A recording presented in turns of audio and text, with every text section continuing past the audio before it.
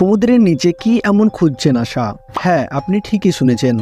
আপনাদের মনে হতে পারে কিন্তু নাসার কাজ তো মহাকাশ নিয়ে গবেষণা করা। তাহলে কি নাসা সমুদ্রের নিচে কোনো এলিয়ানের খোঁজ পেল, নাকি পৃথিবী ধ্বংসের কোনো হদিশ পেল?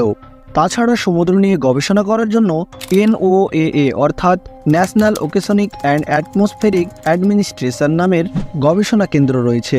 কেনই বা নাসার বিজ্ঞানীরা সমুদ্রের নিচে গবেষণা চালাচ্ছে, চলুন জেনে আসি। আমাদের এই পৃথিবীটা যতটা রহস্যে ঘেরা তার খুব কমই হয়তো আমরা জানতে পেরেছি। এমন অনেক ঘটনা রয়েছে যার হদিশ এখনো পর্যন্ত মেলেনি।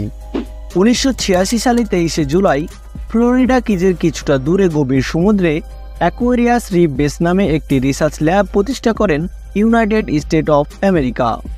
এটি পৃথিবীর একমাত্র ল্যাব যেখানে সমুদ্রের নিচে বিভিন্ন রকমের গবেষণা করা হয়, যা পরিচালনা করে ফ্লোরিডা ইন্টারন্যাশনাল ইউনিভার্সিটি অর্থাৎ FIU। 2014 সালের আগে নোয়া এবং FIU যৌথভাবে এই ল্যাবের পরিচালনা করত। এই রিসার্চ ল্যাবটি ভিক্টোরিয়া মেশিন ওয়ার্কস নামে একটি কোম্পানি পেরি সাবমেরিন দিয়ে তৈরি করেছিল।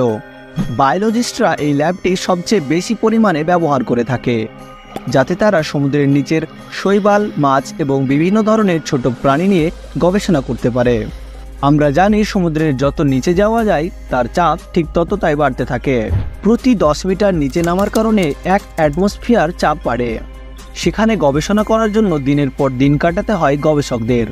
যদি সেখানে কিছু একটা গড়বড় হয় তাহলে হয়তো প্রাণ চলে যেতে পারে, যেমনটা কিছুদিন আগে একটি সাবমেরিনের সঙ্গে ঘটে গিয়েছিল।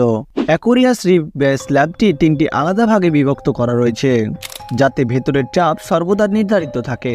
এই ল্যাবে সাধারণত 6 জন গবেষক থেকে থাকে। সামুদ্রিক হেনস্থার কারণে সুনামি হলে সেই সময়ে গবেষণা বন্ধ রাখা হয়। 2001 সাল পর্যন্ত নাসা নিমো অর্থাৎ নাসা এক্সট্রিম এনভায়রনমেন্ট মিশন অপারেটরকে কাজে লাগাতো, কিন্তু 2002 সালের পর থেকেই নাসা সামুদ্রিক বিভিন্ন গবেষণার জন্য অ্যাকোয়ারিয়াস রিফ বেস ল্যাবে কাজ শুরু করে। বর্তমানে সেখানে একদল অ্যাস্ট্রোনটসকে পাঠানো হয়েছে, যাতে সেখানের পরিবেশে তারা নিজেকে মানিয়ে নিতে পারে। কিন্তু পৃথিবীর এত জায়গা থাকতে তারা কেন সমুদ্রের নিচের পরিবেশে নিজেকে মানাতে যাবে?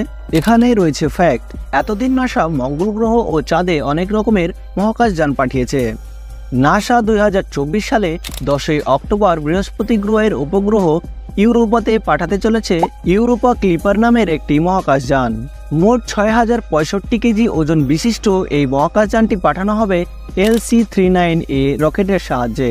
বিজ্ঞানীদের মতে জীবের বেঁচে থাকার জন্য যা প্রয়োজন, যেমন জল, শক্তি, কেমিস্ট্রি এবং এলিমেন্টের মধ্যে হাইড্রোজেন, কার্বন, নাইট্রোজেন এবং অক্সিজেন ইত্যাদি, এর সবই থাকতে পারে এই ইউরোপাতে।